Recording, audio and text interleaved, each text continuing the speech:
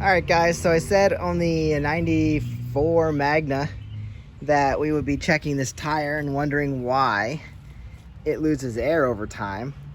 So I pumped it up to recommended spec, which in this case is 41. If you're wondering, this is an IRC and it's a 120/80/17. But I sprayed it down with soapy water. And this is just a way to see where we might have a leak or two. And it looks like it's just not sealing around the rim. See where the air's coming out? The water's bubbling up. That just shows me that this tire should be taken off and remounted. And it looks like the tire's in decent shape. The tread's decent. And the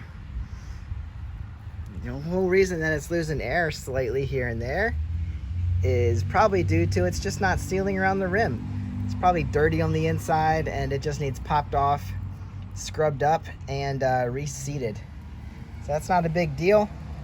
Just gonna have to take it off, and whether I do it here at home or run it to my local motorcycle shop, they can probably do a quick cleanup for me.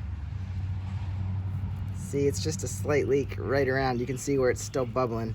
Also, on the other side here, this side dried up pretty quick due to the sun.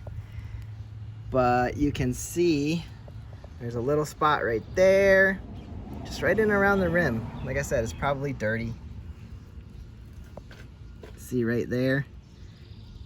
You think maybe that's collecting at the bottom just because it's at the lowest point, but looks like we might have a little bit of sealant leak there.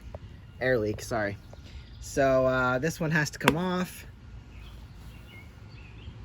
And it's not a big deal. Just put the new brake caliper on. So she should be ready to go. You could ride it like this.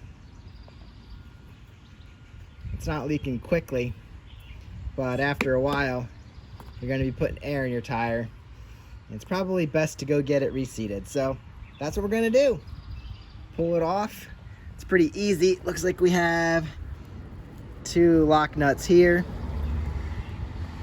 and then we have 2 lock nuts on this side too. And then I don't know, I've never done this one before. Looks like it might unbolt from this side,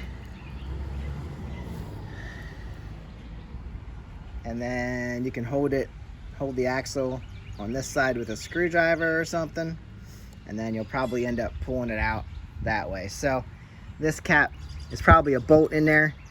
Open that up, pull it off, and then it looks like the axle, there's a spacer in there. Don't lose your spacer. And then here's your speedometer, so make sure nothing falls off. Pull this out and this wheel will come forward. But because there's no center stand, we're gonna have to jack this up in the air, which is always fun. So anyway, slightly not a big job, but a pain in the butt job. So we'll take this off and get it fixed up.